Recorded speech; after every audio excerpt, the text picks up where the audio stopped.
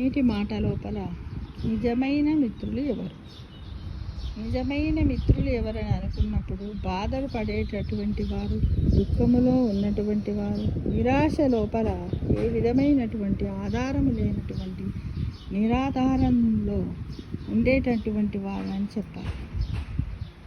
ఇలాంటి వారే మనకు నిజమైనటువంటి మిత్రులుగా మనం భావించి వారికి తగినటువంటి సలహాలను, సహాయమును మనం అందించడానికి ముందుండి అతి శ్రద్ధ వహించాలి మిత్రమా. చాలామంది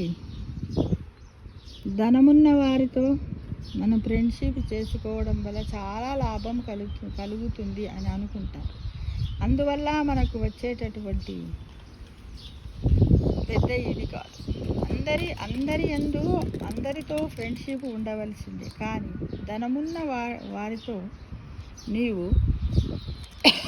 ఫ్రెండ్షిప్ చేసుకున్నప్పుడు ఏదో ఒక సమయం లోపల 10 రూపాయలు నువ్వు అడగవలసి వస్తుంది. ఫర్ ఎగ్జాంపుల్ 10 రూపాయలు అడిగినప్పుడు నీ ఫ్రెండ్షిప్ కట్ అయిపోతుంది.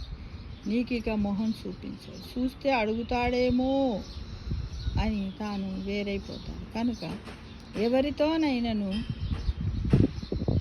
మనము మిత్రులు కావలసిందే కలిసి. కానీ నిజమైన మిత్రులు ఎవరంటే నీ సేవను అందుకోవటానికి ఎవరు పూనుకుంటారో వారే నీ మిత్రులుగా భావించాలంటే మంచి చెడ్డలు వాళ్ళ కష్టం వచ్చినప్పుడు మనం సాయం చేస్తే తీసుకునేవారు. మనకు కష్టం వచ్చి మనము బాధలో ఉన్నప్పుడు, సంతోషంగా లేనప్పుడు వాళ్ళు మన దగ్గరకు వచ్చి ఓదార్చే వాళ్ళే నిజమైన మిత్రులని మనము అందరం కూడా గ్రహించాలి. కానీ ఈ రోజుల్లో అందరూ ఎట్లుంటారికైనా యూజ్ అండ్ త్రో ఫ్రెండ్షిప్స్ ఉన్నారు మిత్రమా. నిజంగా ఎక్కడైనా చూడండి, బాగా అవసరం ఉన్నప్పుడు వస్తూ ఉంటారు. తర్వాత అసలు ఫోన్ ఉండదు, ఏముండదు. అంటే కాంటాక్ట్ ఉండదు, కనెక్షన్ ఉండదు. కాబట్టి ఈ కనెక్షన్ ఉండి మన బంధాలు బలపడి అప్పుడప్పుడు ఫోన్లో మాట్లాడుకుంటూ వీలైనప్పుడు మనం అందరం గ్యాదర్ అయితేనే అది నిజమైన ఫ్రెండ్షిప్కి విలువ ఉంటుంది. ఒకరికి ఒకరం గ్రాటిట్యూడ్గా ఉండాలి మిత్రం.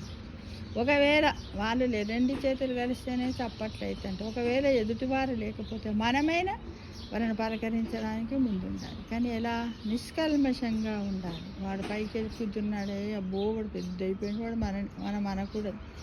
ఎవరు పెద్ద అయితేంది, ఫ్రెండ్ మన ముందు ఎంత సంపాదించుకున్నా ఫ్రెండే కదా మిత్రము. అది మనం గ్రహించుకొని అందరితో కలిసిమెలిసిగా ఉండడానికి ప్రయత్నిద్దామా.